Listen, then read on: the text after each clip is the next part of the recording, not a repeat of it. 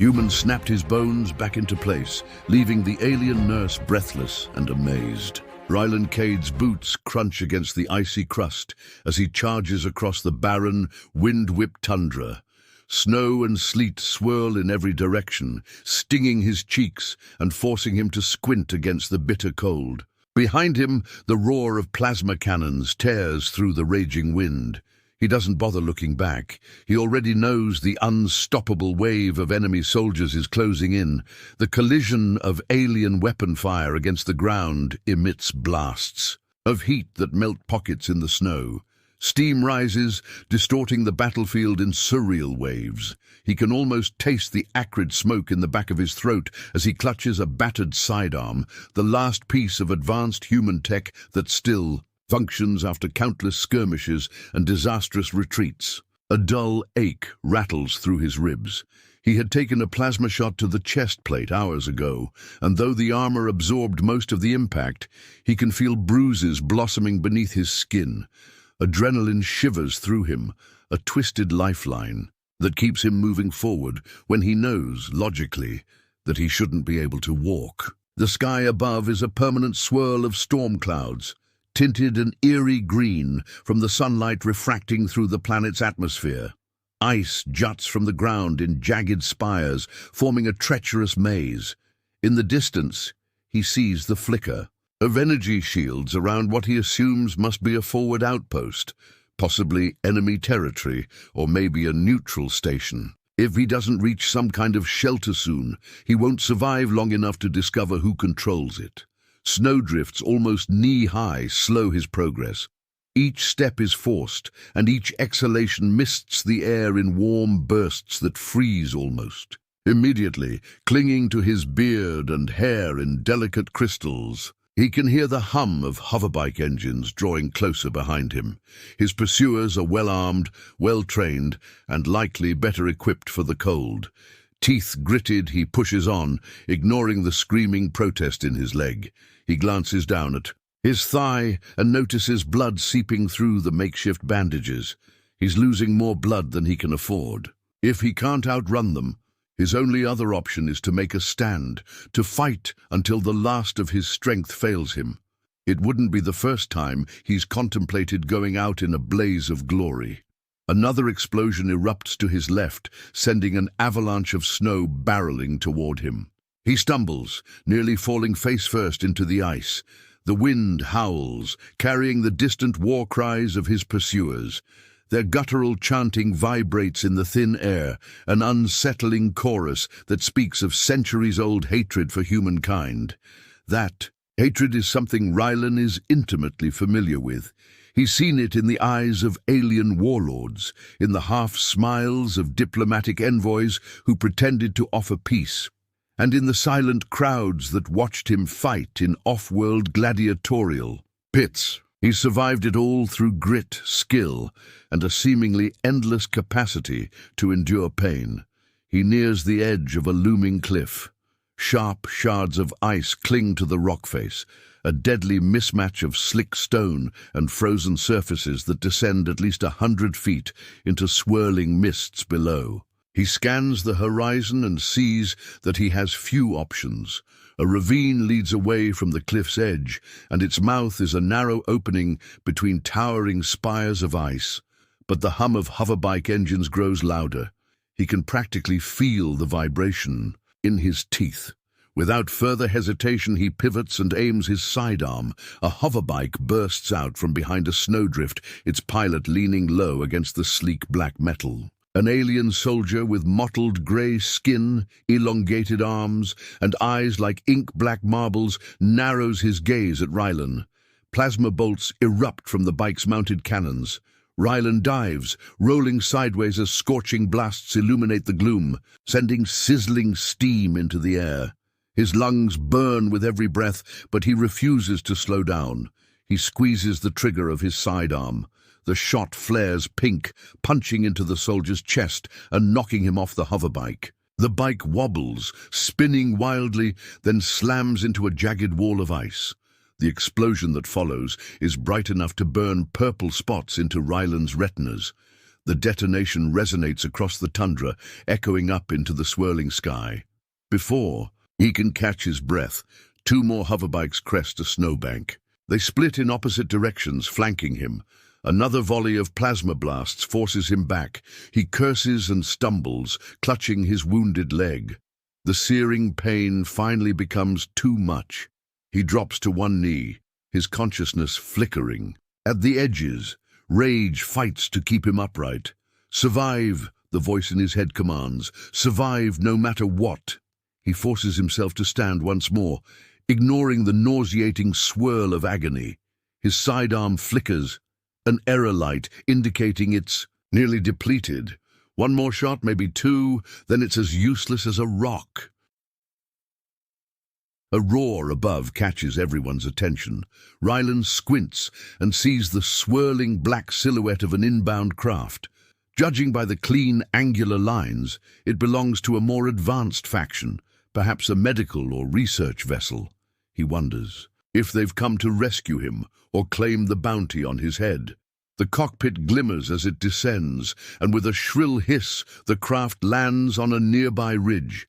A side hatch opens. Emerging from within is a figure with emerald green skin, clothed in a form-fitting uniform that looks almost ceremonial, but is reinforced in key places with alien technology. She has dark, wavy hair tumbling past her shoulders, some of it pulled, back beneath a small cap. Her face, even from a distance, is etched with worry as her golden eyes settle on the chaotic scene below. The alien soldier on the left hoverbike swivels his cannons, aiming at the newcomer. Before Rylan can shout, a warning. Her slender hand lifts, and a shimmering barrier of teal energy crackles into being. The plasma blasts ricochet harmlessly off the force field, scattering shards of molten snow across the ice. She runs forward with surprising agility, her boots skimming the snow like she weighs half as much as a human.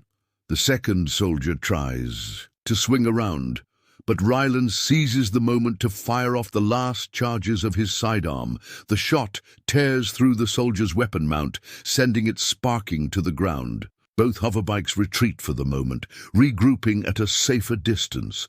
Rylan's vision blurs, his heart hammers.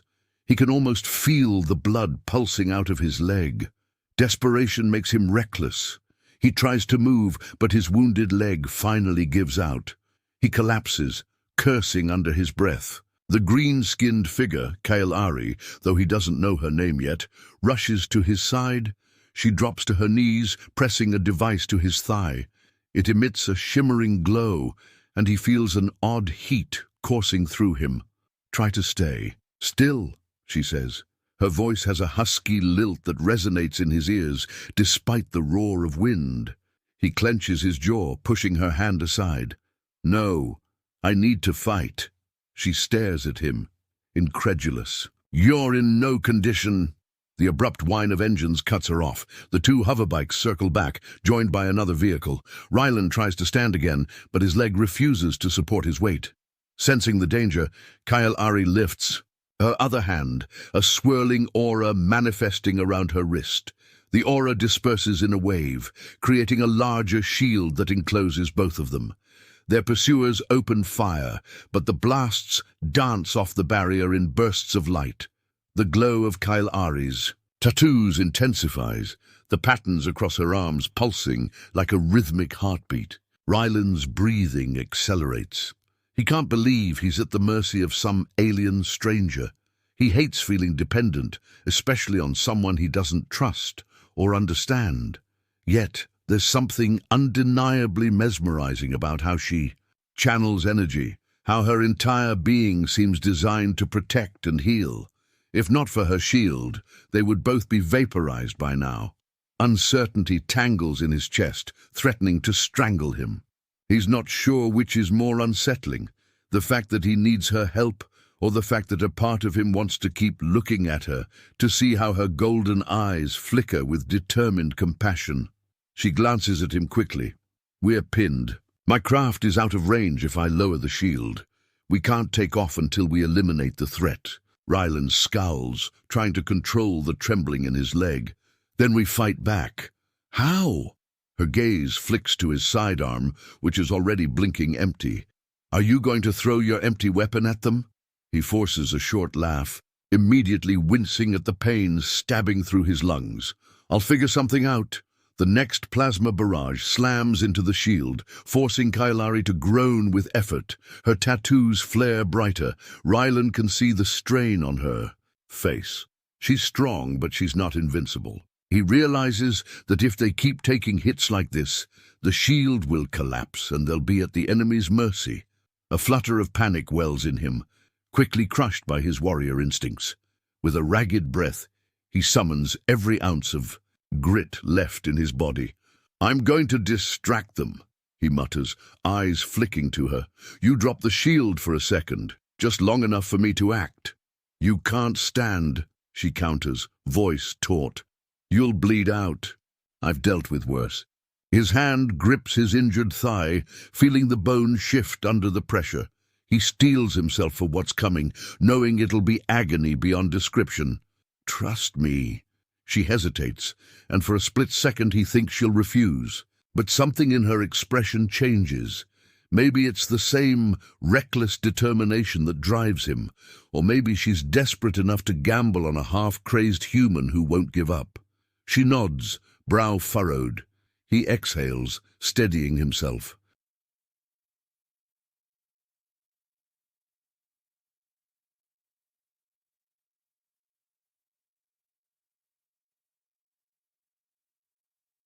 Then with a sharp tug, he realigns the broken section of his thigh bone.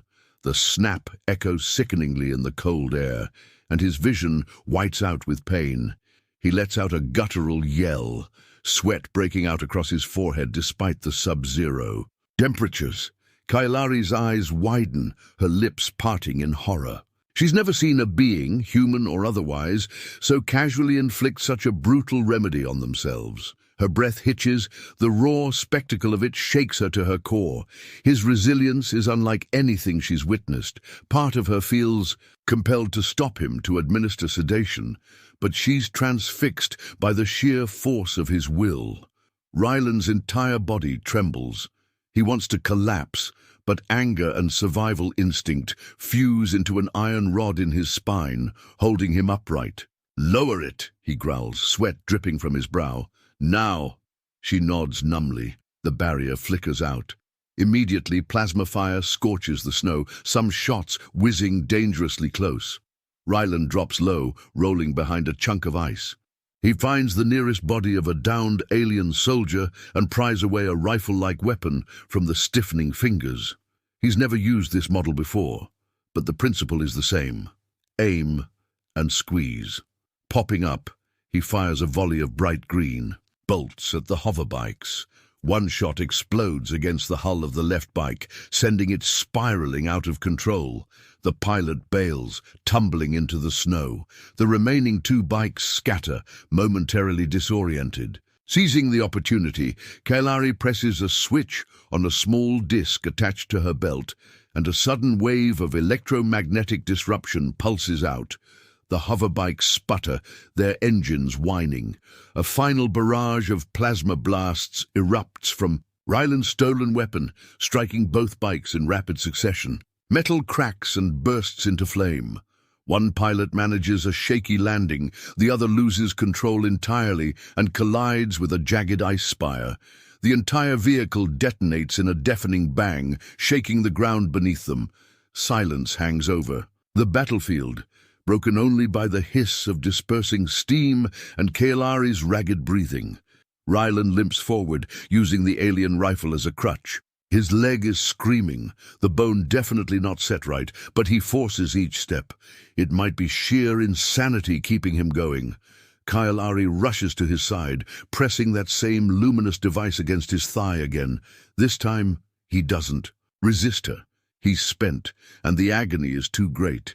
Her hands radiate a soothing warmth, though the sensation can't fully overpower the throbbing in his bones.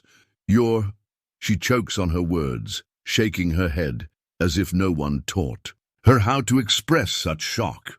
"I've never seen someone do that to themselves. The kind of pain tolerance you must have." He manages a tight grin, each breath shallow. Adrenaline helps. She can't tear her eyes away from him. His gaze is full of defiance, not quite directed at her, but at the entire universe that's tried to break him. "You'll bleed out if we don't treat you properly," she says. "Come with me to my craft. We can hold them off from there, or at least get you stable." He almost wants to refuse. Rylan Cade has rarely accepted help from any alien, especially not a stranger, but something about the earnest fear in her voice pierces through the walls he's built. She genuinely wants to save him, not out of pity, but out of an odd, almost professional compulsion, maybe also some curiosity. He nods, not trusting his voice to remain steady. They move as swiftly as they can manage. His leg is weak, but she supports him, surprising him with her strength. The two of them ascend the ridge toward the waiting craft, battered by gusts of wind that try to knock them back. When they finally reach the hatch, Kael'ari inputs a code on a holographic panel. The door slides open with a muted hiss. Inside, the warmth nearly overwhelms him. A wave of heated, sterilized air hits his face, making him feel momentarily lightheaded. The interior is small but organized, with sleek metallic walls and a medical bed in the corner. Various instruments beep softly, their displays blinking with alien scripts. She helps him onto the bed. His vision blurs from blood loss. He can't distinguish one piece of equipment from another. Everything is a swirl of steel, glowing screens and drifting shadows. Kael'ari's silhouette hovers over him, her glowing tattoos casting strange shapes across her forearms. She activates a diagnostic scanner, frowning as lines of text scroll over the display. Occasionally, she casts worried glances at him. Each flicker of her golden eyes speaks volumes. "You need a transfusion," she finally says. "But we have limited data on human blood types in this outpost. I'll do what I can to stabilize you." He shrugs, wincing at the motion. "Whatever you have, just do it. Better than dying out there." She places a hand gently on his chest, pushing him to lie back.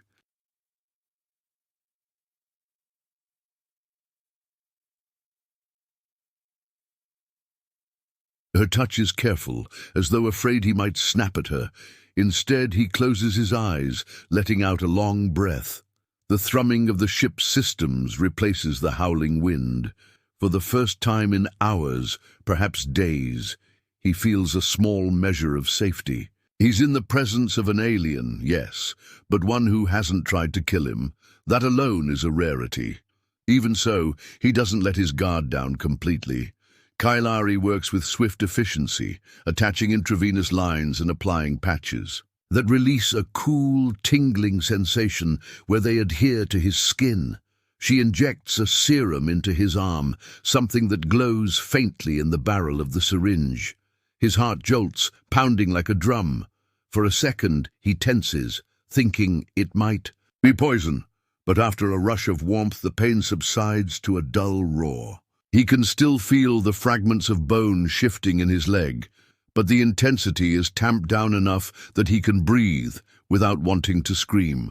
As he stabilizes, Kael'ari exhales a shaky breath. She sets aside the equipment and checks the readouts again, tapping on the console to adjust the flow of whatever solution she's given him. Then she leans back, pressing her palm to her forehead, as though staving off a headache. He notices the tremble in her fingers. The surge of adrenaline must be wearing off for her too. "You saved my life," he murmurs, not quite sure what to do with the gratitude he feels. "Thank you." She arches a brow, turning those luminous eyes on him. For a moment, she just observes him, as if deciphering an enigma. "You made it difficult. If you had let me numb your leg before you tried that insane snapping technique, I could have lessened your trauma." He offers a hint of a grin. "Believe it or not, that was me going easy on myself. It's not the first time I've had to fix a broken bone mid-battle." She shakes her head, a conflicted smile tugging at the corner of her lips. "You humans really are a puzzle. How are you still functional with injuries that severe?" "Guess I'm too stubborn to die." Silence settles. The tension of immediate danger lifts slightly, replaced by an awkward hush in which both realize they're sharing a cramped space. She's an alien nurse, or at least a medic of some kind, and he's a battered warrior that her people might very well despise. Kael'ari glances at the monitors one last time, then sets the ship's autopilot to hold position. Through a small viewport, Rylan can see the bleak tundra. In the distance, black smoke continues to rise from the wreckage they left behind. She breaks the silence first. "I'm Kael'ari, by the way." "Rylan Cade," he offers, nodding once. "Mercenary, ex-coalition soldier." Her expression dims slightly at the word mercenary, as though it aligns with every prejudice she's been taught about humans. But she pushes that aside. "We're not safe here. My outpost is neutral territory, but that neutrality doesn't extend to harboring humans who break treaties or violate certain protocols." He snorts. "It's not like I came here by choice. Your people's alliance has been hunting my kind for years." She folds her arms. "And your kind has raided our colonies, sold black market weapons, and fueled wars across multiple sectors. Our superiors have reasons for distrust."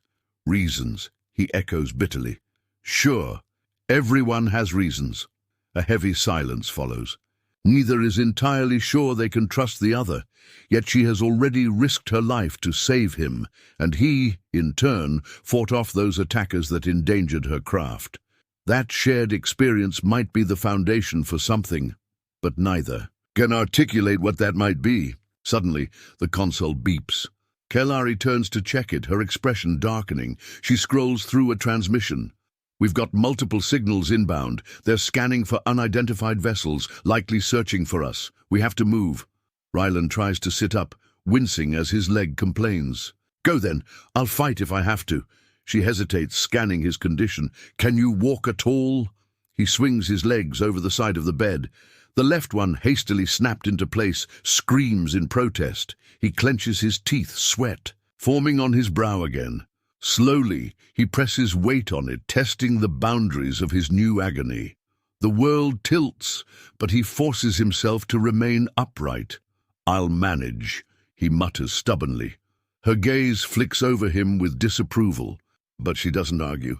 She knows there's no time for debate. She helps him hobble to a seat near the cockpit, then straps him in. Sliding into the pilot's chair, she powers up the engines. The craft hums to life, the thrusters warming. Rylan can feel the subtle vibrations through the floor panels, a promising sign that they might have enough speed to escape. They lift off from the ice ridge, the ship weaving around crystalline spires. Turbulence jolts them, but Kael'ari's hands move deftly over the controls.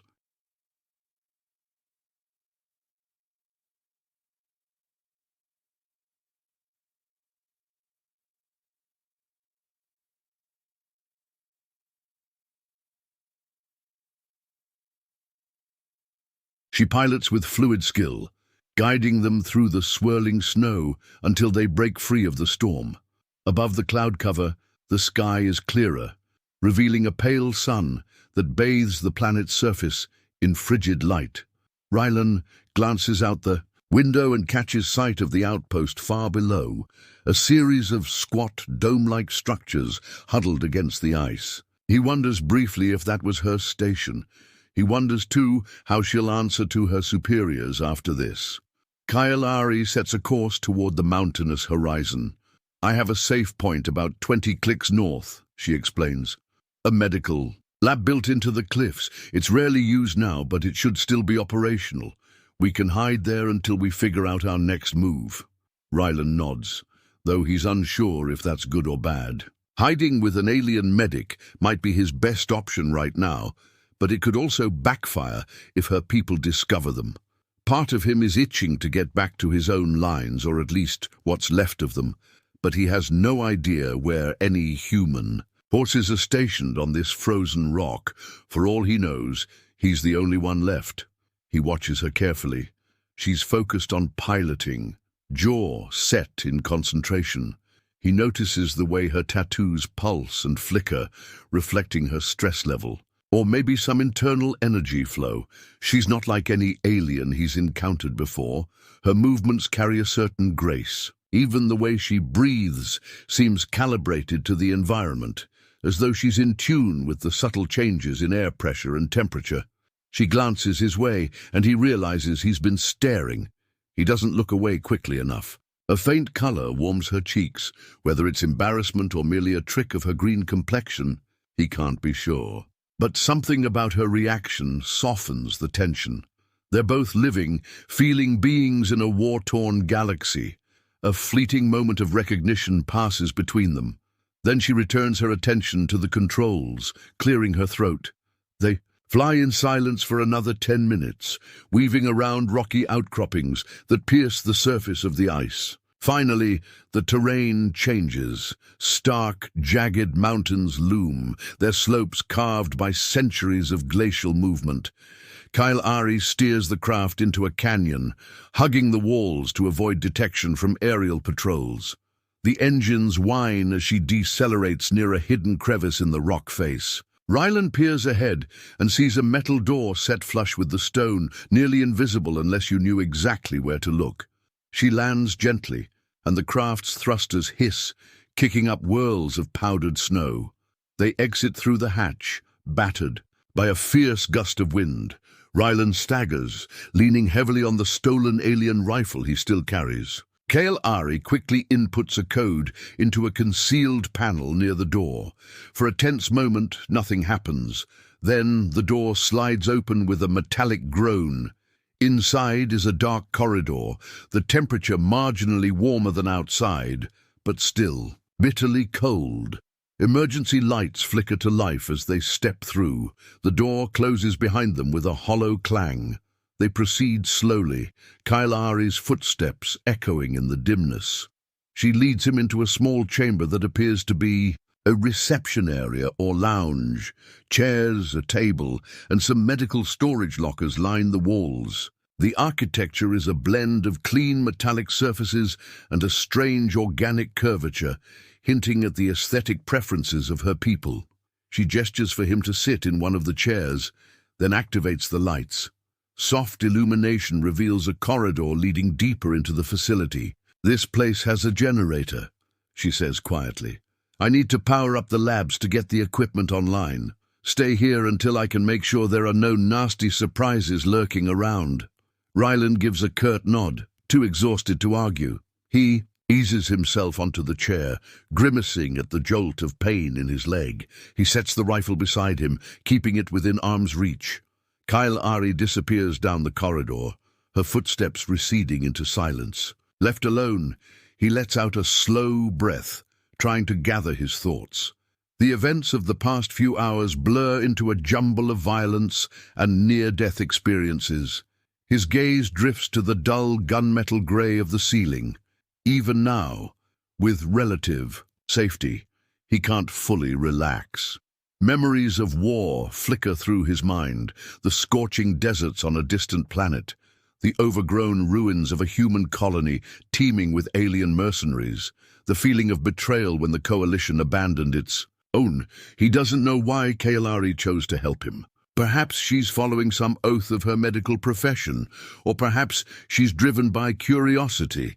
Either way, he owes her a debt of gratitude.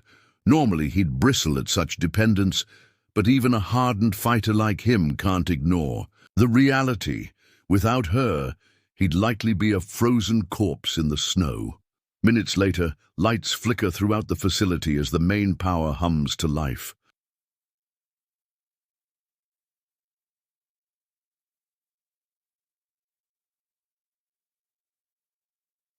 The overhead illumination brightens, revealing more of the interior. Kael'ari reappears, dusting off her hands. "Generators operational. We can access the medbay. Let me help you there so I can treat you properly."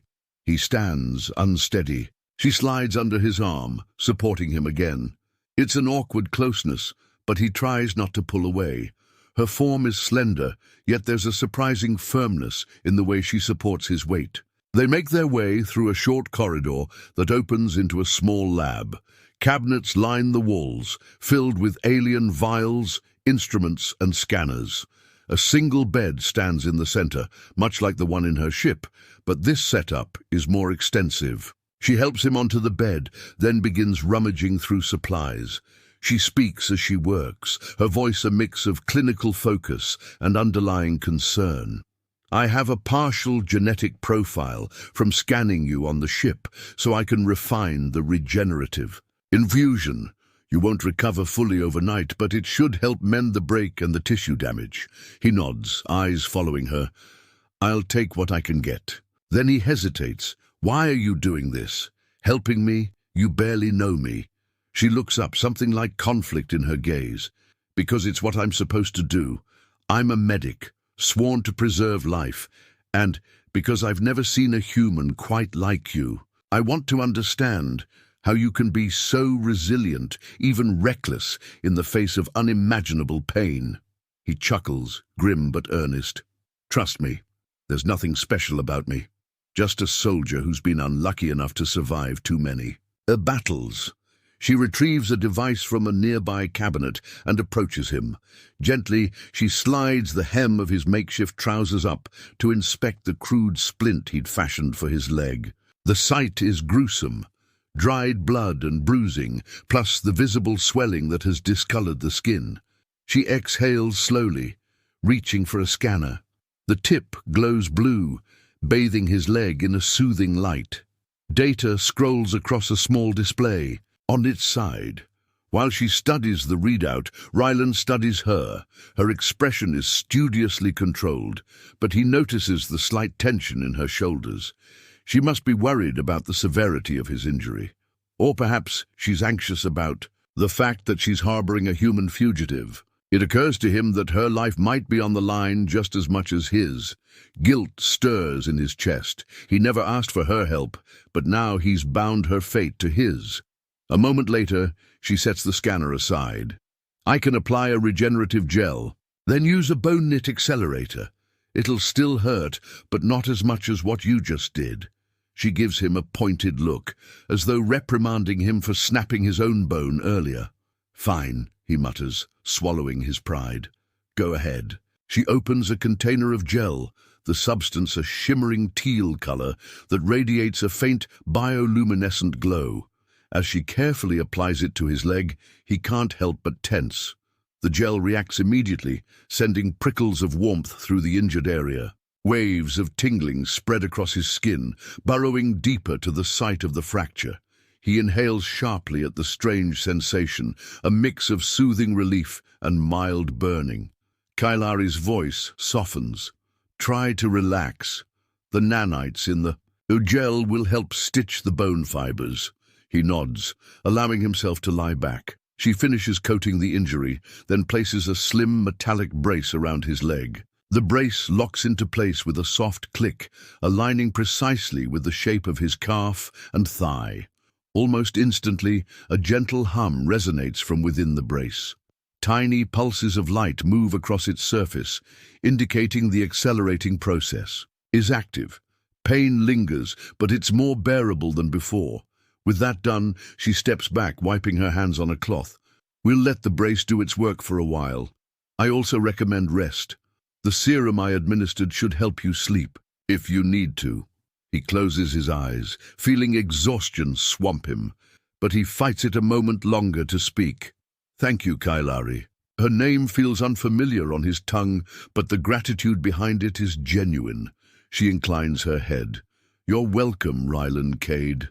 He surrenders then, letting the weight of the day drag him into a dark, dreamless slumber. When he awakens, he's disoriented by the sterility of the surroundings. The lab is silent, except for a faint humming from overhead lights. He stirs, flexing his leg experimentally. The brace remains snug, and the pain has dulled considerably. He reaches up, brushing a hand across his beard, collecting his thoughts. Memories of the battle and the crash of broken bones flood back, followed by the recollection of Kael'ari's unwavering focus as she treated him. As if on cue, she appears from a side room, carrying a tray of what looks like ration packets. and a steaming drink. Her tattoos glow faintly, reflecting her calm state. She sets the tray down on a nearby counter.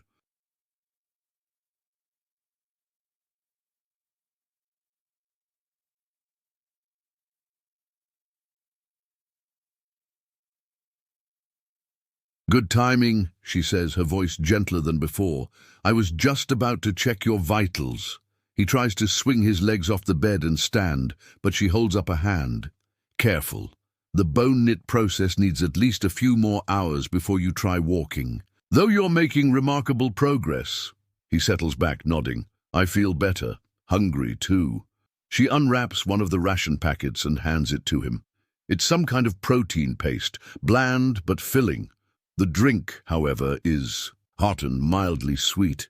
He can't identify the flavor, but it's a welcome change from the metallic taste of fear he's grown used to. He eats in silence, aware of her studying him.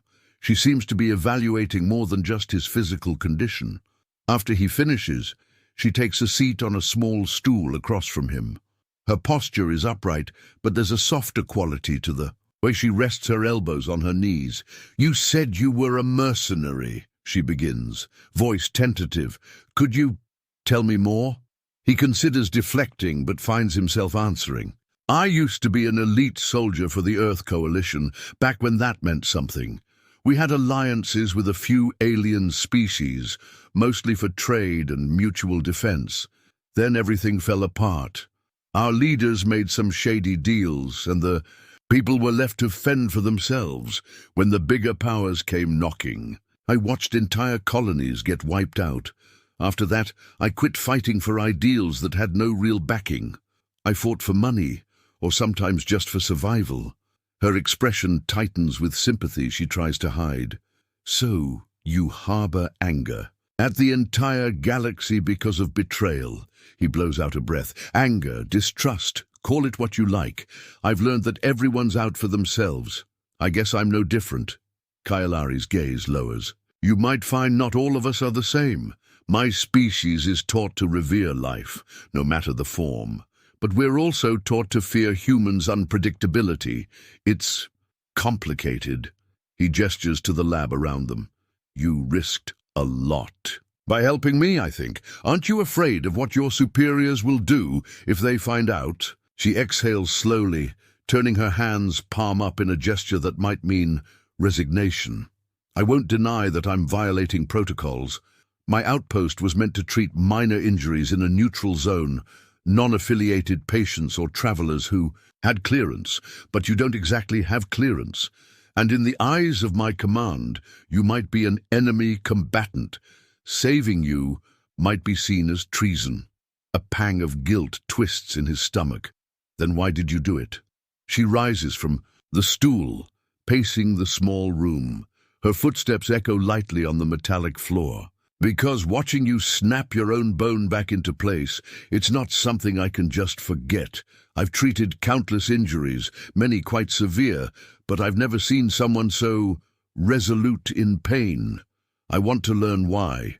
Maybe it's medical curiosity, or maybe it's something else, and beyond that, it didn't feel right to let you die out there, even if that means I'll have to answer for it later."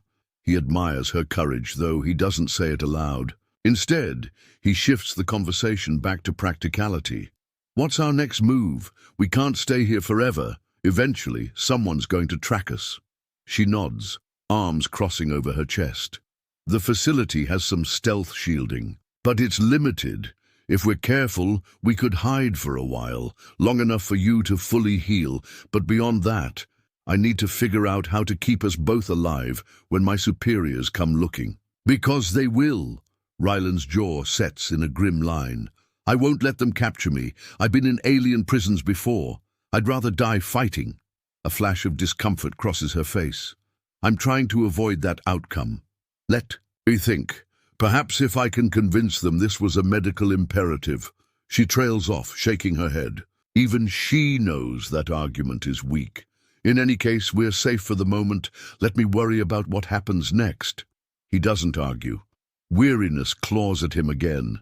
The partial sedation in the serum is still in his bloodstream, urging him to rest. He reclines, letting his eyes drift shut, though he remains alert enough to hear her soft footsteps as she moves about the lab. Eventually he dozes, lulled by the distant hum of machinery. Time passes in a blur of half-sleep and fleeting awareness. Sometimes he hears Kael'ari's voice speaking quietly to herself or to the lab's computer. Other times he senses her presence beside him, checking his vitals or adjusting the brace on his leg. In one half-conscious moment, he feels her fingertips gently brush against his temple, perhaps measuring his temperature. He wonders if she can feel his pulse pounding beneath her touch. Even in that fuzzy state, he registers a strange comfort. In her closeness, a warmth that contrasts sharply with the coldness of the environment outside. Eventually, the sedation ebbs, and he awakens more fully.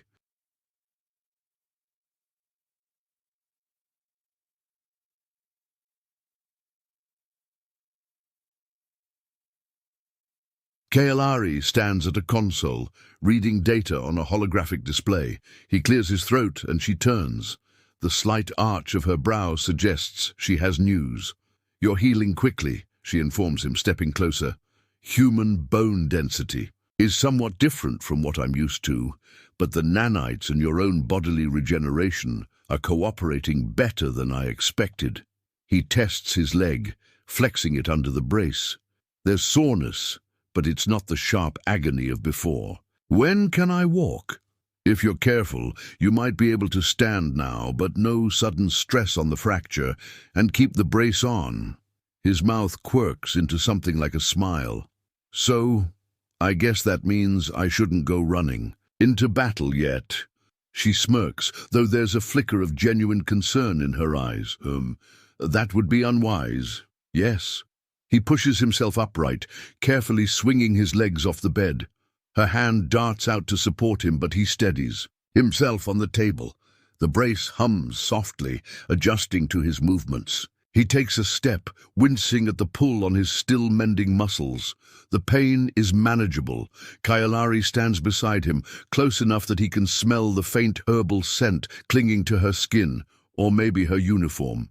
He finds himself acutely aware of how her posture tenses, ready to catch him if he falters. A memory of her stunned expression when he snapped his bone flashes in his mind. In that moment, she had looked almost shaken by an emotion he couldn't fully name. Horror, awe, or a strange mixture of both. Now, in the quiet of this hidden lab, he feels that same emotion hovering between them, but transformed into a more complicated undercurrent. She's the only reason he's alive, and he's the reason she's become a potential traitor to her own. She breaks the silence first. "If you're up to it, we should run some basic tests on your range of motion. Make sure the bone knit is stable." He nods. "Sure." They spend the next half hour going through gentle exercises, with Kael'ari closely monitoring his vitals on her handheld scanner. The atmosphere is oddly intimate. Whenever he falters, she's there to help, sliding her hand under his arm. Each time, her fingertips leave a tingling imprint on his skin, as if something about her alien physiology resonates with his own. Neither mentions it, but they both sense the growing tension, an awareness that extends beyond doctor and patient. The conversation remains practical, focusing on the healing process, yet the intensity of each shared glance hints at an undercurrent neither dares speak aloud. As they near the end of the tests, a sudden beep from the lab's central console draws Kael'ari's attention. She sets her scanner down and rushes to the display. Rylan moves closer, conscious of his limp but determined to see what's happening. Her voice tightens. "Someone's scanning for life signs in this sector. The stealth field can cloak the facility, but not for long if they ramp up their scans." He leans over the console, scanning the readouts. "Could be your superiors. Could be the ones trying to kill me. Either way, it's trouble." She nods grimly. "We need to seal off any external signatures, power usage, heat emissions, everything that might give us away." Her hands dart across the controls, shutting down non-essential systems. The lights dim, replaced by the faint emergency glow. A hush falls over the facility as vents and secondary consoles switch offline. For a tense stretch of minutes, they stand side by side, eyes fixed on the scanner. The reading pulses in slow intervals, each wave searching for signs of life. Kael'ari's lips press into a thin line. Rylan's heart pounds, adrenaline prickling across his skin. Finally, the scanning wave recedes, the screen registers diminishing, signals as the searching vessel moves further away. Kael'ari exhales with relief, though her posture remains rigid. We can't rely on luck forever. Eventually they'll come looking more thoroughly. Rylan nods, rubbing a hand across the stubble on his chin. We need a better plan. Lying low only buys us time if we know what to do with it. She powers the console back on, though she keeps the lights low. I might have a contact who could help us off this planet, but they'd have to agree to smuggle you out, and that would be extremely risky. And expensive, he grimaces. Money's not my strong suit these days. She gives a small shake of her head, lips curving in a wry smile. I wasn't planning on charging you, but my contact might. In any case, it's an option. We'd have to reach a comms relay station to send a secure message, though, and that's well behind the lines of the faction that wants you dead. Sounds like fun, he mutters sarcastically. Despite the dire situation, their eyes meet, and a flicker of amusement passes between them. It's short-lived, overshadowed by the gravity of the task ahead.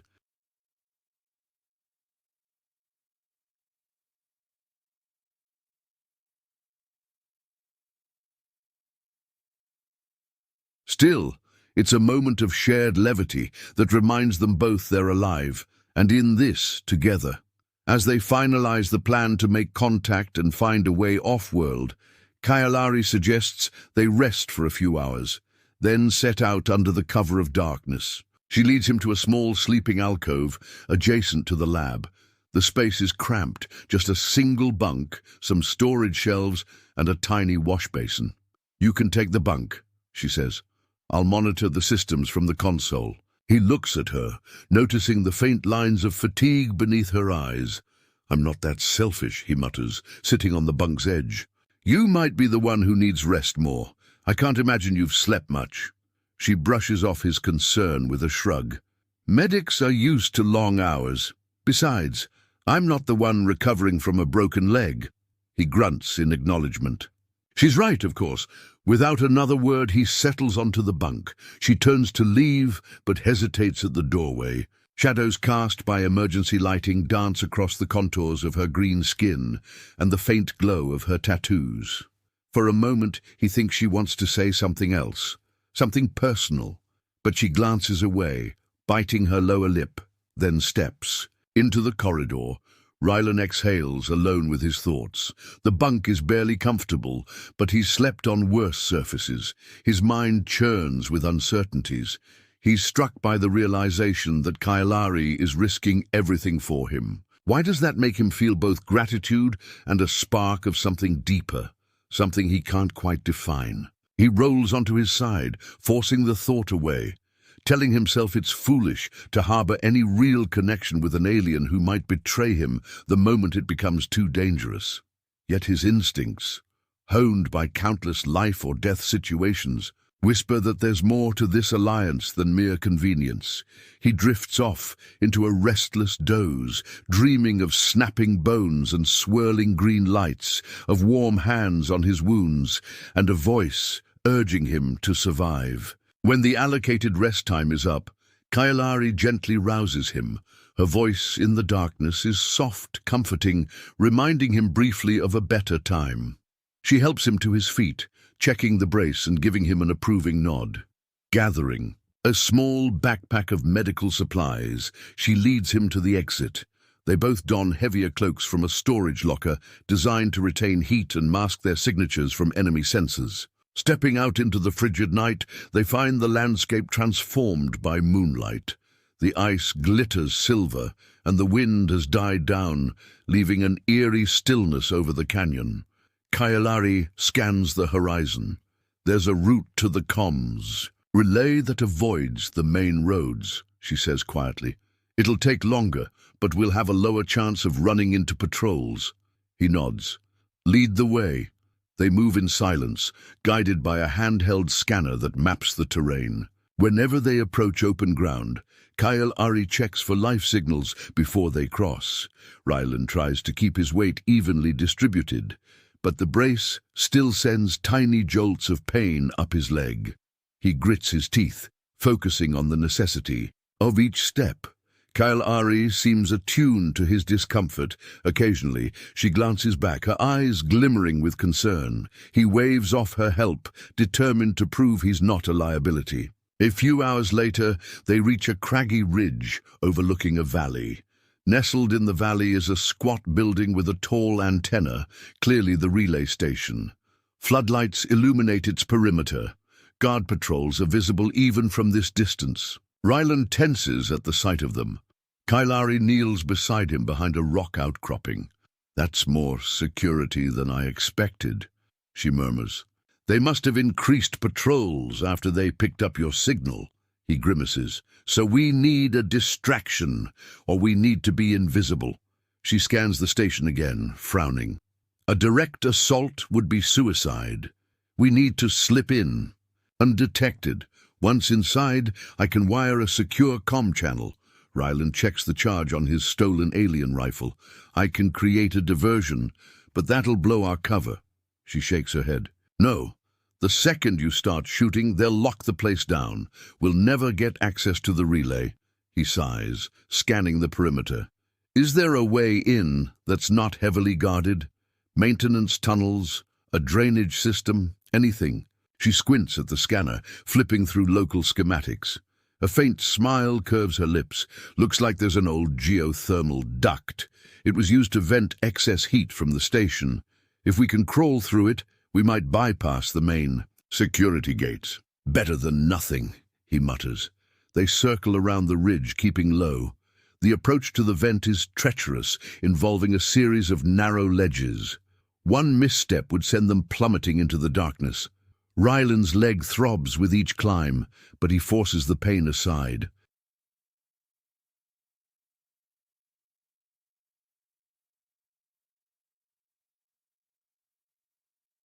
Kael'ari is surprisingly adept at navigating the terrain, her alien grace allowing her to find sure footing where Rylan struggles. They reach the duct's entrance, a metal grate half buried in ice. With careful maneuvering, they pry it open, mindful of the faint scraping sounds that could alert the guards. Warm air rushes out in a gust, fogging their breath. The duct is about 4 feet in diameter, a tight squeeze, but doable. Kael'ari goes first, her lithe frame slipping inside. Rylan follows, grimacing as the confined space presses down on him. The interior is damp, the metal walls slick with condensation. Every movement echoes ominously. He finds himself nearly crawling, the brace on his leg scraping against the duct. After an agonizing stretch of crawling in near darkness, they reach a junction that leads upward. Kael'ari carefully climbs the rung ladder, testing each step for stability. Rylan waits below, scanning for any signs of pursuit. Eventually, she signals for him to follow. He grips the cold metal rungs, hauling himself up with his arms when his leg protests. The faint hum of machinery grows louder, reverberating through the duct. At the top is another grate. Light seeps through the slits, revealing a corridor beyond. Kael'ari listens for a moment, pressing her ear to the metal. Satisfied that no immediate threat is present, she deftly pops it open. They emerge into a dimly lit hallway. The walls are made of reinforced metal and cables snake along the ceiling, pulsing with energy. Crouching low, they move toward a door that Kael'ari identifies as leading to a secondary server room. She carefully overrides the lock with a small device from her belt. The door slides open with a pneumatic hiss, revealing a cramped space filled with servers and consoles. The hum of electronics is almost overwhelming here, the air charged with static. She rushes to a console in the corner. "I can access the communications hub from here. Keep watch." Rylan positions himself at the door, straining to hear any footsteps in the corridor. His heart races, each beat pounding in his ears. Behind him, Kael'ari types furiously on a holographic keyboard. The server lights reflect off her green skin, giving her an otherworldly glow. The tension is palpable. Then he hears it. Footsteps, echoing from around the bend. He tenses, signaling Kael'ari with a sharp wave of his hand. She nods, intensifying her efforts. The footsteps draw closer. Rylan's finger hovers over the trigger of his rifle. The corridor is too narrow for a proper firefight, and if he starts shooting, the entire station will be alerted. He considers the angle, the possibility of neutralizing whoever comes around the corner without setting off an alarm. But before he can act, the footsteps veer away, heading down another corridor. Relief seeps through him, but his muscles remain taut. Kael'ari exhales softly, focusing on the console. I'm initiating a secure line. Just another minute. He checks the corridor again. All clear. For now. Across the hallway, a flickering overhead light casts distorted shadows. Each time the shadows shift, he expects to see a guard step into view. The tension is unbearable. She mutters under her breath, "Encrypted, there, connected. I just need to find my contact's frequency." Rylan dares a backward glance. "Hurry!" Finally, she straightens. "It's done. I've sent a coded message. If my contact is monitoring, they'll respond within the hour. We need to hold out until then. Before they can plan their exit, an alarm blares through the station, red lights flashing. A disembodied voice crackles over the intercom, speaking an alien language that Rylan doesn't fully understand. But the urgency in the tone is unmistakable. They've been discovered. Kael'ari's eyes widen. "We have to move." Rylan shoulders the rifle, face grim. "Lead the way." They slip back into the corridor, only to be greeted by the sight of a patrol guard rounding the corner. The guard's eyes lock onto them, and he immediately raises a sleek plasma rifle. Rylan fires first, sending a bolt of green energy that slams into the guard's chest plate. The guard crashes to the floor with a muffled grunt, his weapons skittering across the metal surface. But the alarm continues to wail, the overhead lights bathed in red. More footsteps approach from both directions. They're pinned. Kael'ari glances around, spotted an adjacent hallway. "This way!" Rylan limps behind her, adrenaline surging through his veins. His leg protests every jarring step, but he doesn't stop. Another pair of guards emerges from a side door. Rylan drops to one knee, firing a volley. One guard goes down, but the other returns fire, forcing them to duck behind a row of server banks. Sparks fly as plasma bolts scorch the walls. Kael'ari extends her palm, summoning a shimmering energy. Shield that covers their position. The blasts deflect, leaving smoldering marks in the air.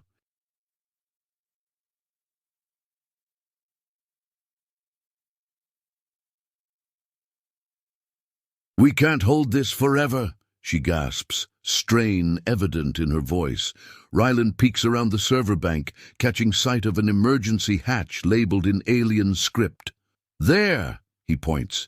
"If we can get through that hatch, maybe we can reach another duct system or a storage area." She nods, maintaining the shield as they inch their way along the wall. The guard fires another barrage, each impact causing the shield to flicker. Kael'ari grits her teeth, sweat beading on her temples. Rylan fires back in controlled bursts, each recoil sending pain lancing through his mending leg. By the time they reach the hatch, the shield is fading. Kael'ari fumbles with the lock. It won't budge. She curses, slapping the override device onto the panel. The guard seizes the chance to close in. Rylan sees movement in his peripheral vision.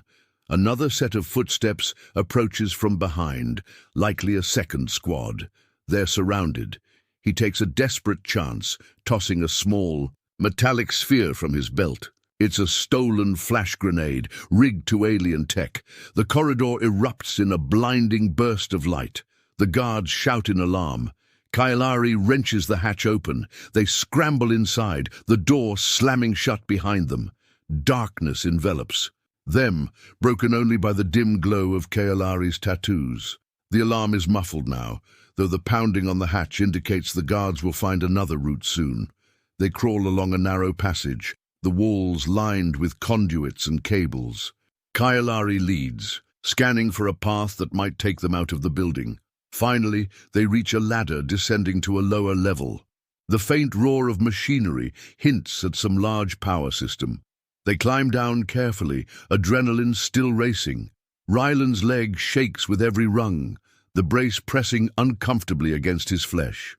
At the bottom, they find themselves in a massive generator chamber. Catwalks crisscross overhead, and turbines hiss with pressurized steam. The entire space vibrates with mechanical power. A few workers, apparently non-combat technicians, look up in shock at the intruders. Kael'ari raises her hand, a silent plea for them to remain calm. Frightened, they scatter, leaving the room mostly empty. Rylan's eyes dart around, searching for an exit. A large set of doors on the far side likely leads to the outside. But the alarm is still blaring, red lights spinning. No doubt reinforcements are converging on their position. He grabs Kael'ari's arm. "Let's try there." They rush across the metal grating, each step ringing out ominously. He can already hear shouts echoing down the corridors, the clank of boots on the floor. Drones zip overhead, scanning for targets. One spots them and fires a warning shot that ricochets off the catwalk railing. Rylan returns fire, hitting the drone.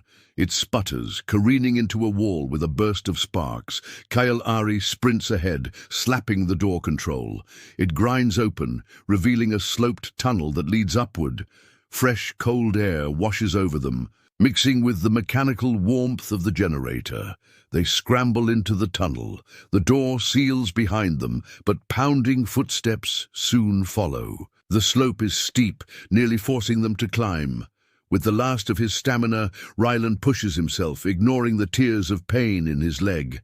Kael'ari hovers near him, as though ready to catch him if he collapses. At last, the tunnel opens, onto a small platform nestled against a cliff face. Snow flurries swirl. The station sprawls below, floodlights sweeping the perimeter. They're high above it now, which explains how they ended up near the top of the mountainous terrain. A cable car system lines the edge of the platform, presumably for maintenance or supply runs. Kael'ari dashes to the control panel for the cable car, scanning it anxiously. "It's offline, and I don't have the proper override. We'll have to climb or find another route." A thunderous crash from below signals that the door to the tunnel has been breached. They can hear voices barking orders, the metallic clang of equipment. There's no time for a careful plan. Rylan glances at the cable strung between the platform and a neighboring outcrop, maybe 50 feet away, across a chasm. A small cradle seat hangs from the line, swaying in the wind. "We can manually operate it," he says, seizing the hand crank. "Help me." She joins him, and together they muscle the crank.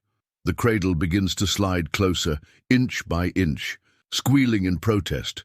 They both work in frantic silence, every second precious. Finally, it's within reach. Rylan grips the cradle, bracing it as Kael'ari climbs inside. Then he maneuvers himself in, leg throbbing. He locks the harness bar over them, a flimsy barrier against the gaping void below. A blast of energy slams into the platform railing, sending shrapnel and snow flying. Rylan looks back to see several armed guards rushing out, weapons aimed. He jerks the release mechanism. The cable car lurches away from the platform, swaying precariously. Bolts of plasma whiz past, one scorching the outer frame of the cradle. Kael'ari inhales sharply, clinging to the harness. Wind howls around them as they dangle hundreds of feet above jagged rocks. Below, searchlights dance across the mountain face, hunting for them. Another volley of plasma bolts streaks by, but they're too far now, the angle too steep. The car slides toward the other side, propelled mostly by gravity. All they can do is hang on and pray the cable doesn't snap under the strain. After what feels like an eternity, the cradle scrapes against the far platform. Rylan and Kael'ari tumble out, collapsing onto the snow. Their breath hangs in the icy air, hearts thundering. For a moment, they just lie there, grateful to be out of immediate range of the station's guards. He rolls onto his back, eyes locked on the star-speckled sky. All around them, the wind moans through the crags. Kael'ari sits up, hugging her knees, her tattoos pulsing with agitation. That was... She exhales, searching for words. Reckless. He huffs a humorless laugh. You got a better idea?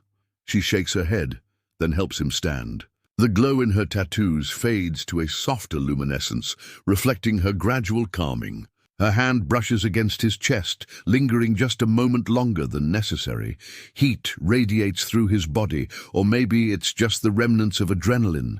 Their eyes meet, and an unspoken awareness passes between them, a realization that they've survived yet another deadly scrape together, that this shared survival has forged a link neither anticipated. He clears his throat.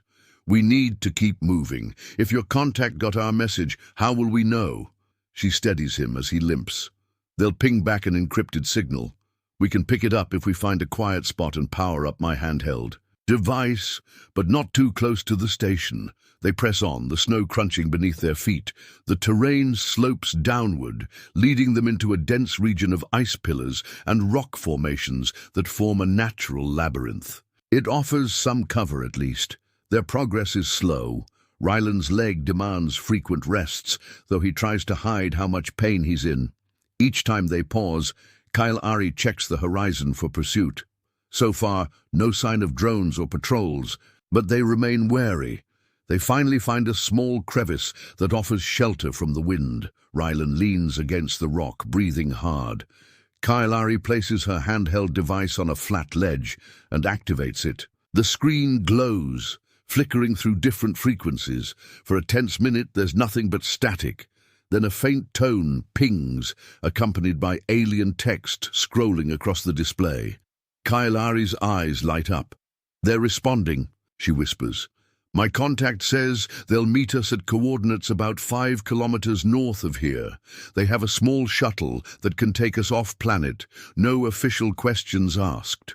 Rylan nods in relief, though he knows the path there. Won't be easy. We should move before the station organizes a search party. She gives him a concerned look. Your leg. It'll have to hold, he says firmly. I'm not keen on dying here. She presses her lips together but doesn't argue. As they set off again, she walks closer to him, occasionally, offering support when his gait falters. At first, he resists, but the cold combined with his injuries soon erodes his pride. He drapes an arm over her shoulder, and together they traverse the ice fields. During one of these stretches, the closeness becomes undeniable. Their breaths mingle in the frosty air. He can feel the steady rise and fall of her ribcage against his side, and she can sense the tension in his body each time a bolt of pain shoots through his leg.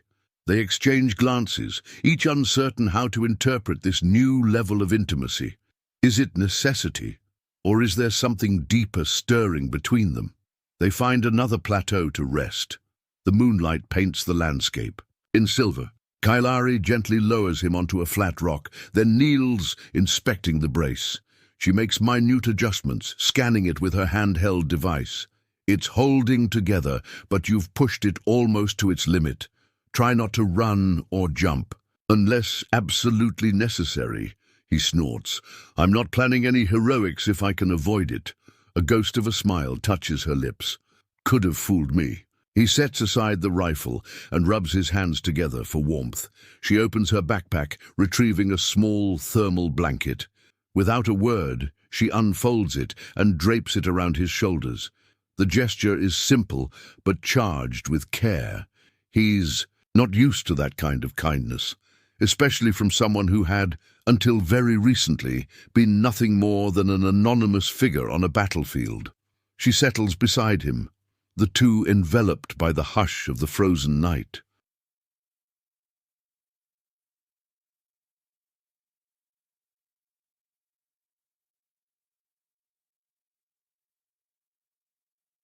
Their shoulders brush, and he notices how her tattoos glow with a soft rhythm, slower now, indicating calm.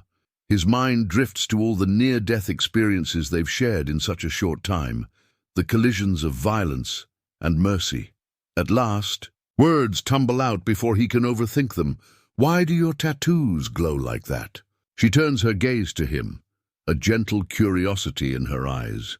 "They're bioluminescent markings tied to our physiology. They can reflect emotional states, sometimes energy levels. As a medic, I was enhanced with certain patterns that amplify my healing abilities. They're a big part of my identity and my culture." He tilts his head, scanning the swirling designs that trace her arms and shoulders. "They're beautiful." Her cheeks darken, perhaps the alien equivalent of a blush. "Thank you." She hesitates, then adds, "We consider them sacred in a way. They're unique to each individual, something we develop as we grow." He nods, letting his gaze linger. "I'm sure they have all sorts of significance I'll never fully understand. But from where I stand, they look incredible." A softness enters her expression. Then she takes a breath. "What about you? That tattoo on your shoulder, does it carry a story?" He instinctively touches the tribal sunburst etched into his skin. "It was my unit's mark back in the coalition days. We each got a version of it when we completed our training. Most of those friends are gone now. That's all that's left of them, at least for me." She gently reaches out, fingertips grazing the edges of the ink on his arm. The contact sends a shiver through him, though not from the cold. Her eyes flick up to meet his. They share a brief moment, suspended in the quiet, their breaths curling in the chilled air. Something inside him stirs, a sense of connection, or perhaps longing, that he can't remember feeling in a long time. Then a sharp beep from her handheld device breaks the spell. She checks it. "We should keep moving. My contact said they can't wait long. The weather patterns here can shift in minutes, making landings dangerous." He nods, pulling himself to his feet. The brace twinges, but he steels himself against it. They resume their trek, forging north through the labyrinth of ice. The terrain becomes even more challenging as the wind picks up, slicing through their uncloaks. Conversation is sparse, limited to necessary instructions about footing and direction. When they finally crest a ridge overlooking a vast frozen plain, they spot a flicker of lights on the horizon, likely the shuttle's landing beacons. The sight spurs them on, but it also draws the attention of patrolling drones, which approach from the south. The whir of their rotors echoes through the icy air, sending a bolt of panic through both of them. They pick up their pace as best they can, stumbling down the ridge. One drone's spotlight flicks on, sweeping across the snow. Kael'ari ducks, behind a boulder, dragging Rylan with her. They watch as the beam scours the vicinity, dangerously close.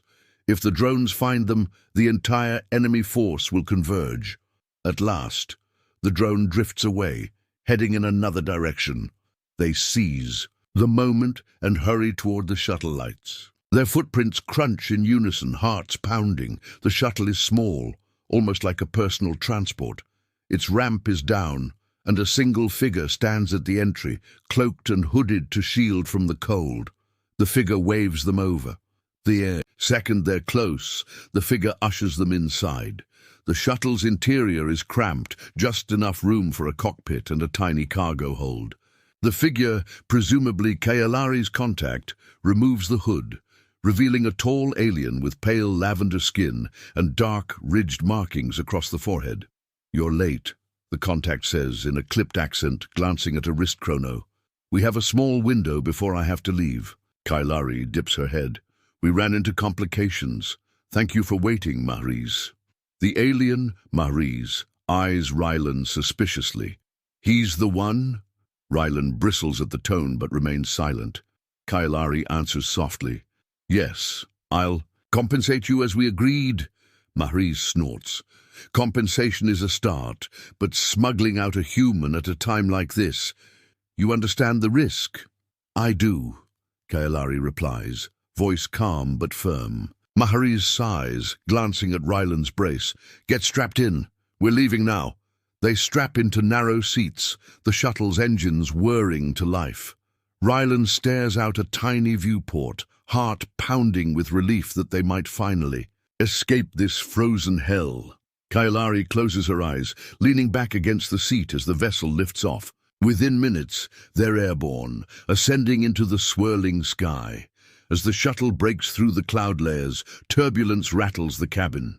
They jolt side to side.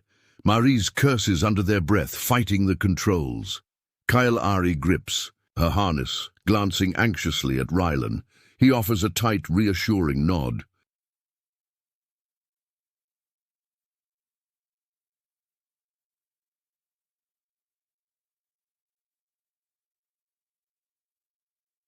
He's endured worse.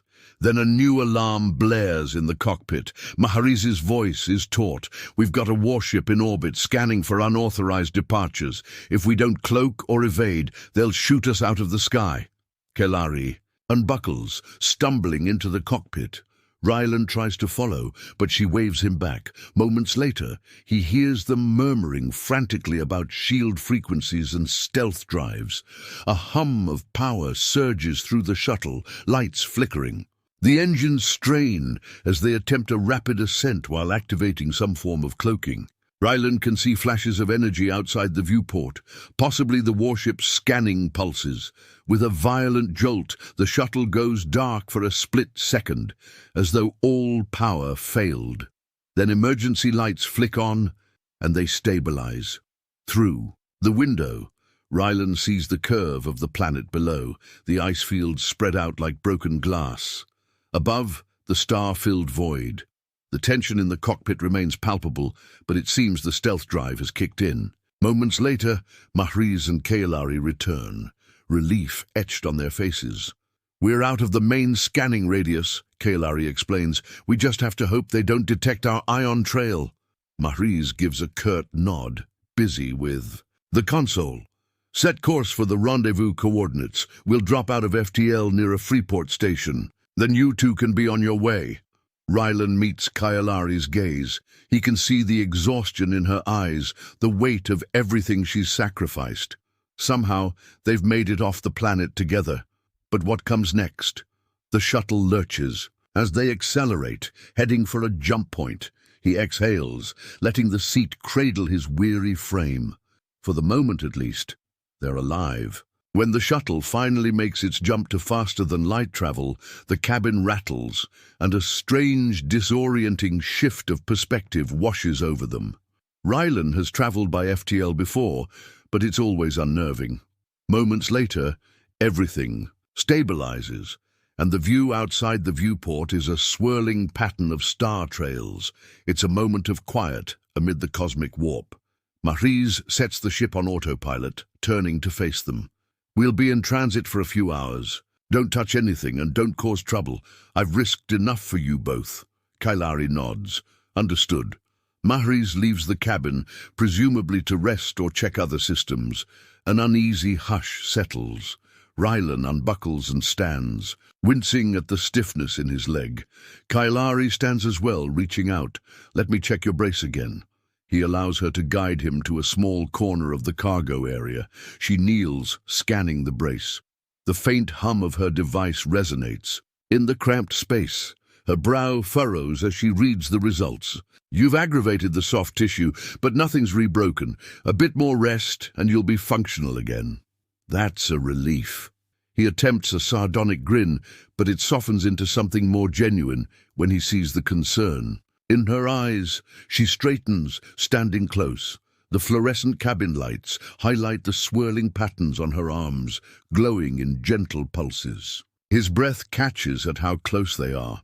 He can see every contour of her face, the subtle lines of worry etched near her eyes, the parted fullness of her lips. The tension that's been building between them for days now coils tighter.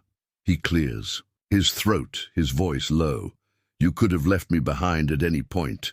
She studies him, gaze flicking over his face. "I didn't want to."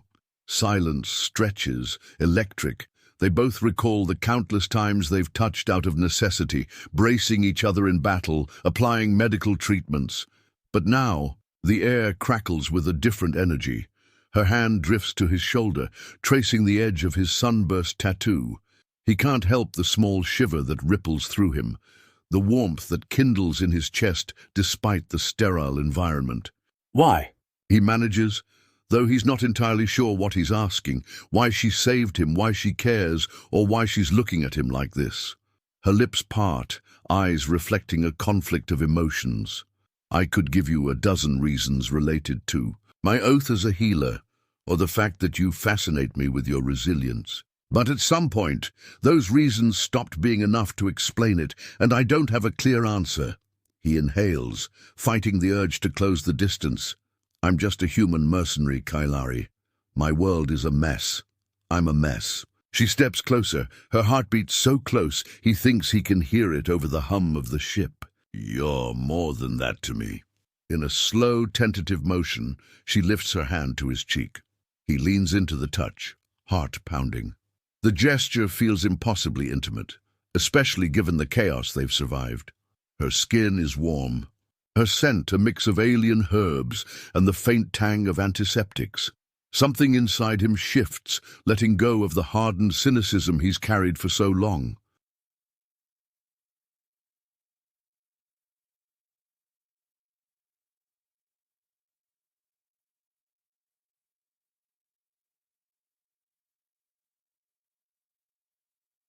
They stand like that for a suspended moment, breath mingling. Then the tension snaps, and they move together in a sudden rush, arms wrapping around each other. Their lips meet, a hesitant brush that quickly deepens into a hungry exploration. It's an odd sensation.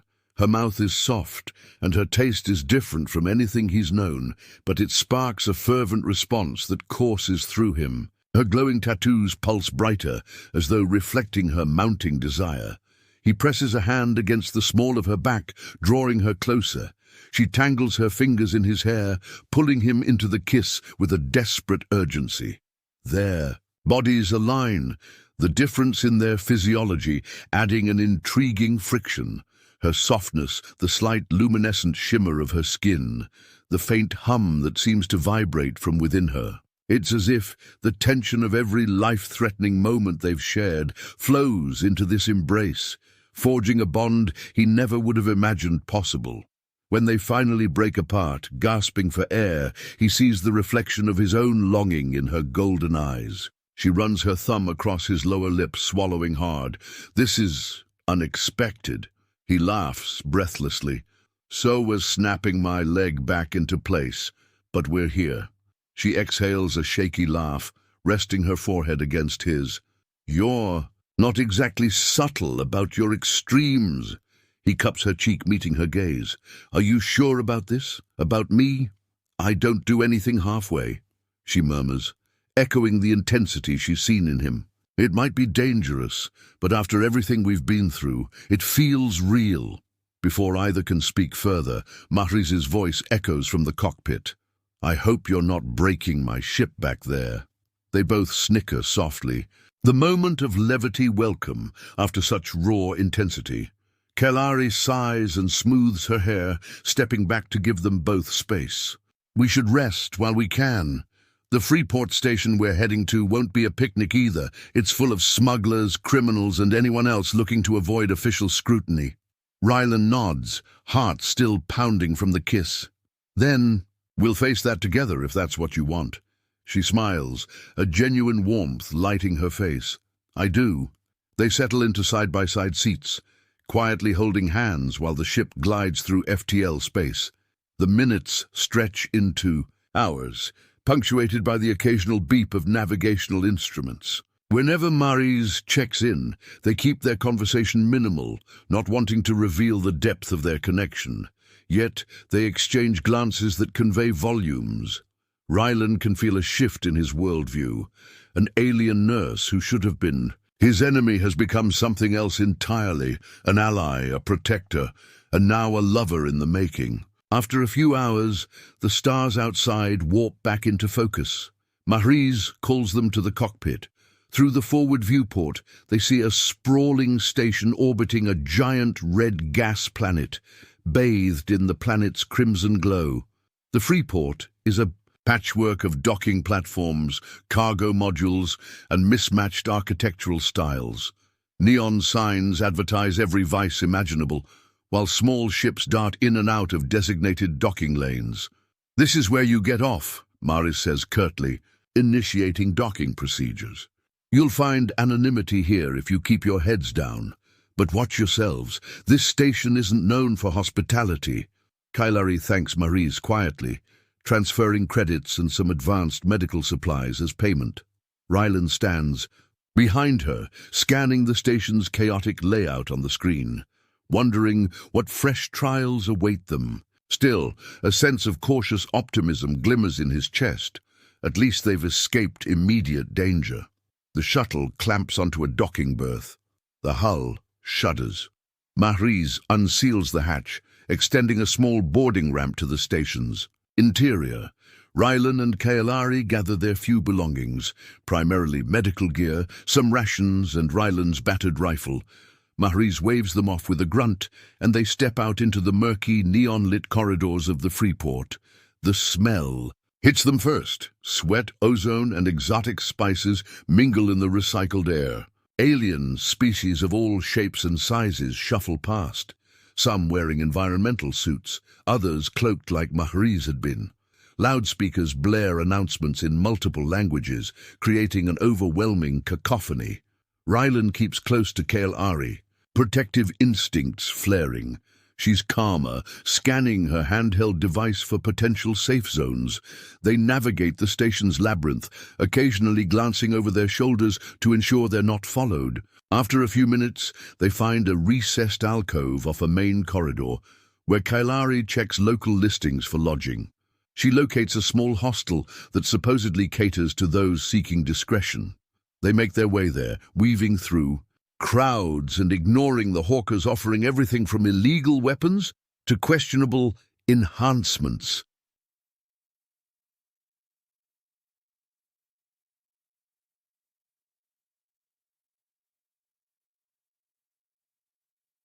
Finally, they reach a dingy building with flickering lights. The lobby is manned by a bored android who barely glances at them when taking payment. The android hands over a keycard, indicating a room number on the second level.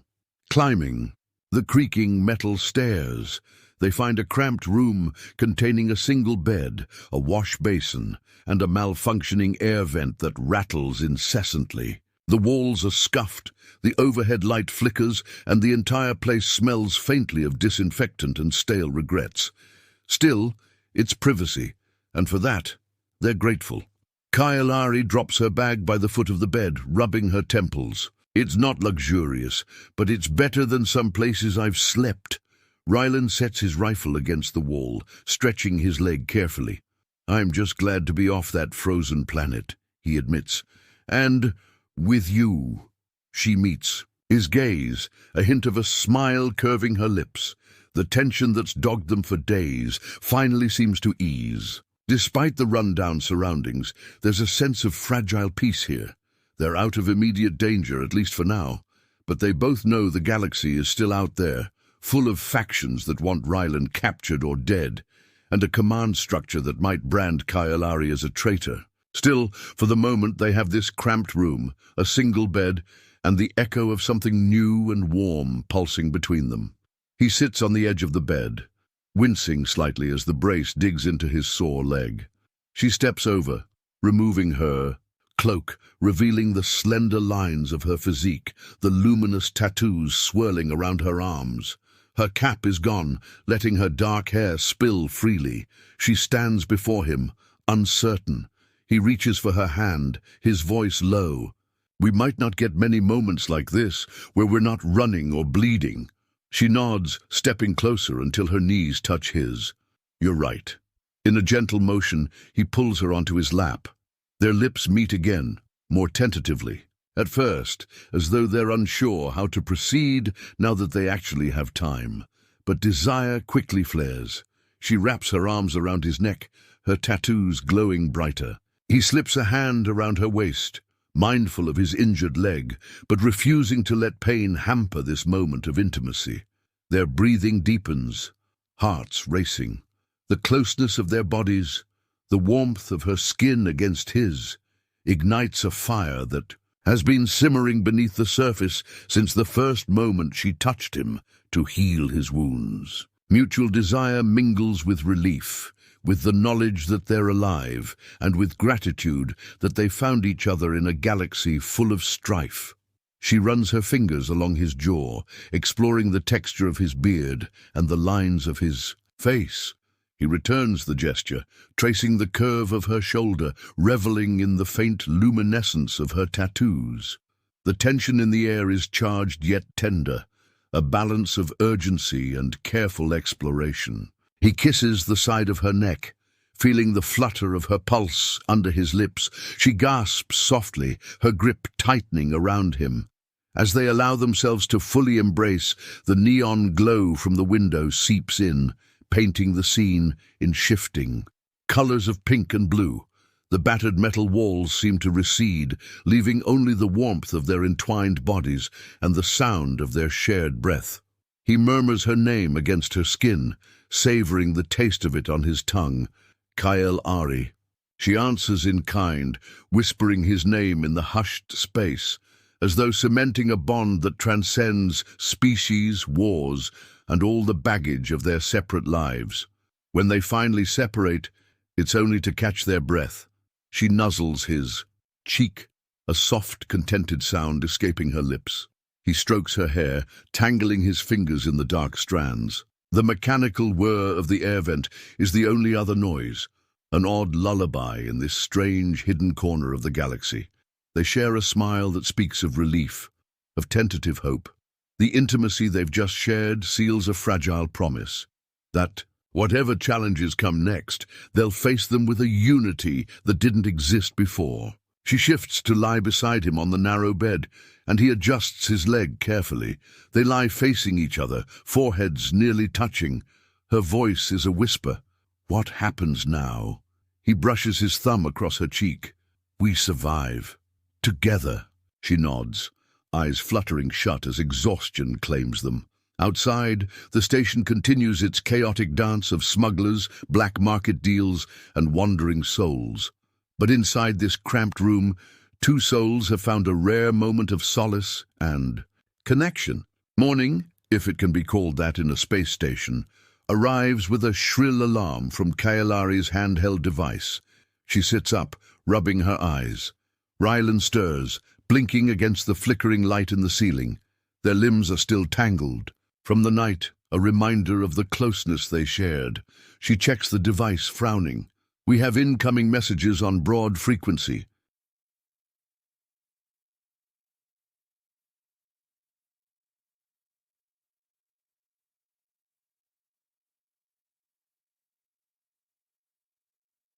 Might be a bounty alert or a general notice. Let me see. She scrolls through lines of alien text. Then her face goes pale. There's a price on your head, Rylan. A big one. He swings his legs over the side of the bed, bracing himself. They finally pegged me as a top target, huh? Figures. She chews her lip. Not just you. There's a price on anyone who assisted you, described as a female medic with green skin and luminous tattoos. She meets his eyes, worry etched across her features. They've put a bounty on me too. His stomach churns. I'm sorry, this is my fault. She sets the device aside, shaking her head. No, I made my choices, but this means we can't stay here. Freeport or not, the bounty hunters will come. He stands, testing his weight on the brace. The pain has lessened significantly, though the lingering soreness reminds him not to push too hard. Then we get off this station, maybe find a ship going somewhere we can vanish. She nods, reaching for her cloak. Agreed, we'll find a way like we always do. They pack quickly, stepping out into the corridor. The hostel's hallway is deserted at this hour, but tension hangs thick in the air. Word spreads fast in places like this. Rylan keeps a hand near his rifle. Kael'ari walks with poised caution, scanning every passerby for threat indicators. They descend the stairs, returning to the cramped lobby. The android clerk offers them a vacuous stare as they slip outside into the main concourse. The freeport bustles with life, Neon signs flashing in alien scripts. Merchants shout about their wares, travelers hurry to docking bays, and station security drones patrol overhead. Rylan tenses at every corner, expecting to see a bounty hunter's rifle aimed at him. Kael'ari pulls up a local map on her device, searching for potential allies or a place to buy illicit passage. She stiffens, abruptly halting. There's a merchant named Tarnik. He deals in forged IDs and secure transport. It won't be cheap, but he might be our best shot. Rylan nods. Where do we find him? She points to a sector on the map. Docking ring B17, past the main bazaar. They cut through the market, weaving between stalls that sell everything from exotic pets to black market weapon mods. The scents of sizzling food and pungent spices mingle with the tang of engine lubricants. Music blares from hidden speakers, adding to the cacophony. Rylan's gaze sweeps the crowd, hand on his rifle's grip. Just as they near the docking ring, a loud shout rings out.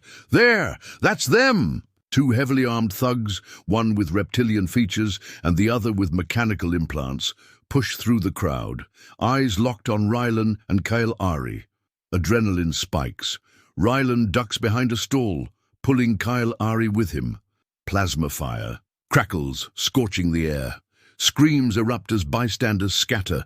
The thugs barrel forward. One draws a baton crackling with electrical energy. The other levels a sawed-off plasma shotgun. Rylan fires a return volley, forcing them into cover. Behind a support column, Kael'ari checks their flank, casting a quick glance at the panicking crowd. We can't fight them here without drawing more attention, he curses under his breath. She's right. A full-scale shootout will bring security forces and more bounty hunters. We need to keep moving. They sprint through the warren of stalls, weapons blasting. The reptilian thug lunges, swinging the electrified baton. Rylan parries with the butt of his rifle, feeling the jolt race up his arms. Meanwhile, Kael'ari unleashes a focused energy wave from her palm, knocking the other thug off his feet. Her tattoos glow fiercely with each surge, revealing how much strain she's under. But the thugs keep coming, emboldened by the massive reward. They corner Rylan and Kael'ari against a dead-end hallway near a docking clamp. Rylan's leg threatens to give out under the sudden pivot, but he forces it to hold.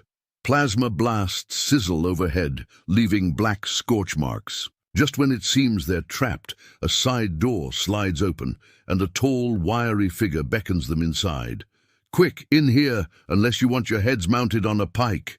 They don't hesitate. They dash through, and the door slides shut.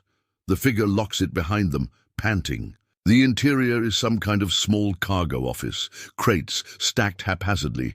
You two must be the ones with bounties on your heads. Rylan raises his rifle warily. Who are you? The figure raises hands in a placating gesture. I'm Tarnik. Heard you might be looking for me. I also heard you were in trouble. Kael'ari sags with relief, glancing at Rylan. This is the contact we needed. Tarnik cracks a grin, revealing sharp teeth. Well, I'm flattered you sought me out. But now that the hunters know you're here, it's going to cost extra to get you off this station quietly. Rylan's voice is hard. We'll pay. What we can. Tarnik eyes them, focusing on Kael'ari's distinctive tattoos.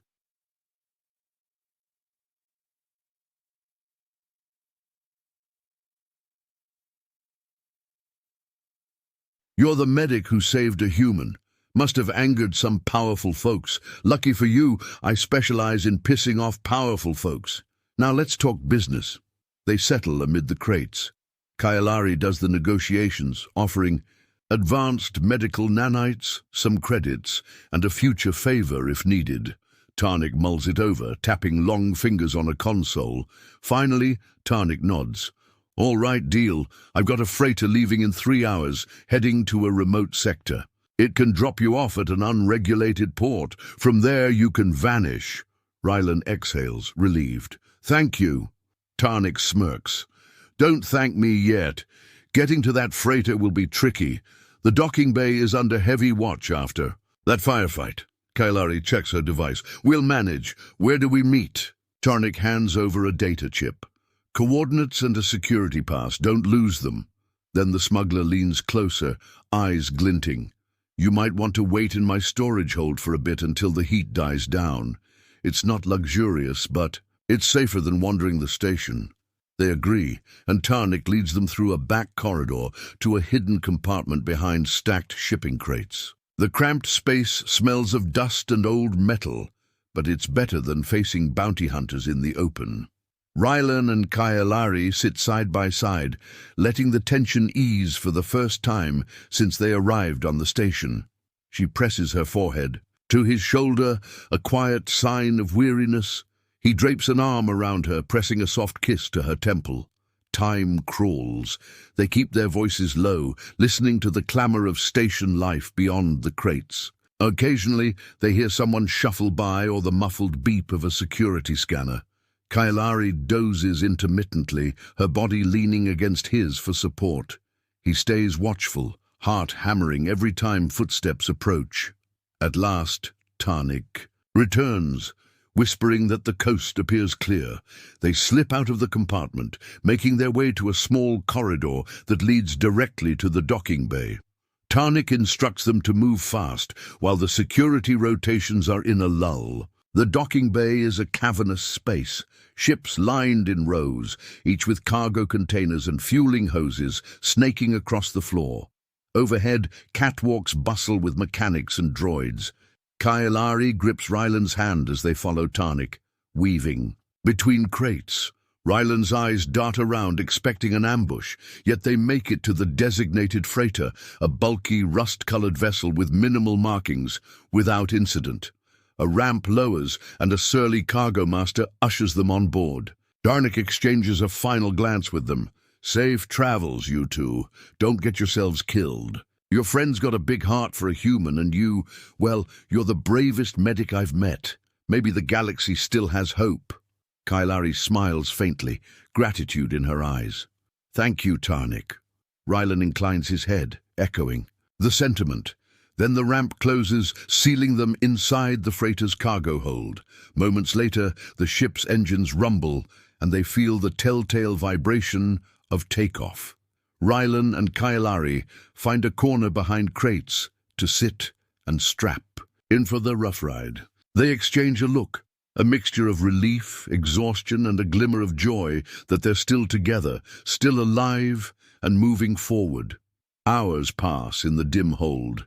The jump to FTL is bumpy, rattling crates and tossing them about. They cling to each other, riding out the turbulence. Eventually the ship stabilizes, and the hum of FTL travel replaces the roar of thrusters. They slump against the crate, hearts slowing to a steady rhythm.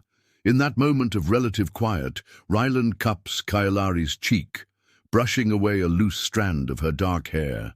She leans into his touch, eyes half-lidded.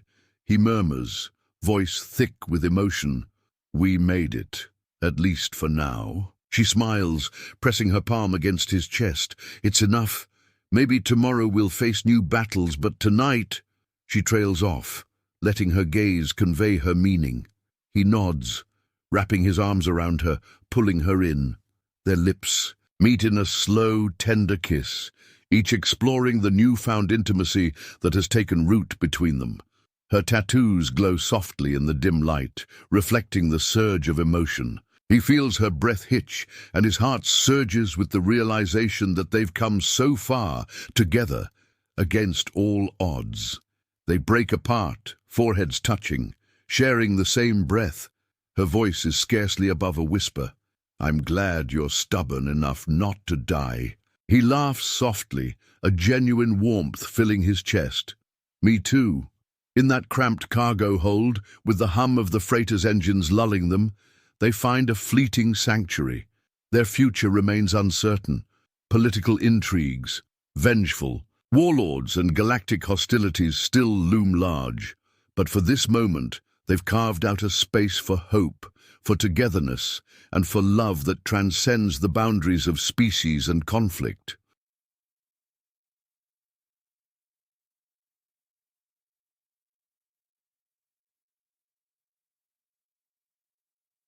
They drift off, cocooned in each other's arms, lulled by the promise of a tomorrow that, no matter how dangerous, they will face side by side. And if that tomorrow demands more desperate fights and reckless bravery, then so be it. Because they've discovered something worth fighting for, something that leaves them breathless, amazed, and undeniably alive.